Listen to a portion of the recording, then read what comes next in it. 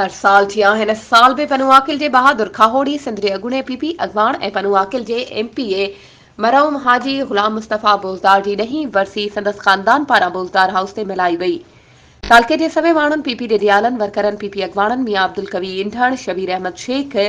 लियाकत ख़ालिदी नासिर भुट्टो अब्दुल समी कलवड़ इमदाद जिस्कानी ग़ुलाम कादिर शेख ऐं शहरनि वॾे पैमाने ते शिरकत कई, जिन में ख़ैरात लंगर विरहायो वियो। उन मौक़े ते मरहूम हाजी ग़ुलाम मुस्तफ़ा बोज़दार जे पुट रिटायर्ड DIG आशिक अली बोज़दार संदसि सियासी जानशीन पनु आकिल म्यूनिसिपल जे वाइस चेयरमैन बाबर मुस्तफ़ा बोज़दार मरहूम जी ज़िंदगी ते रोशनी विझंदे चयो त जॾहिं शहीद भुट्टो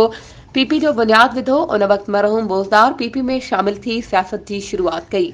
ऐं पनु आकिल जो MPA थियो। उन पनु आकिल जी ग़रीब अवाम वर्करनि जे हक़नि लाइ जाखोड़ कई, पनु आकिल में तरक़ियाती कम कराए ग़रीबनि में मुफ़्त नौकरियूं विरहायूं।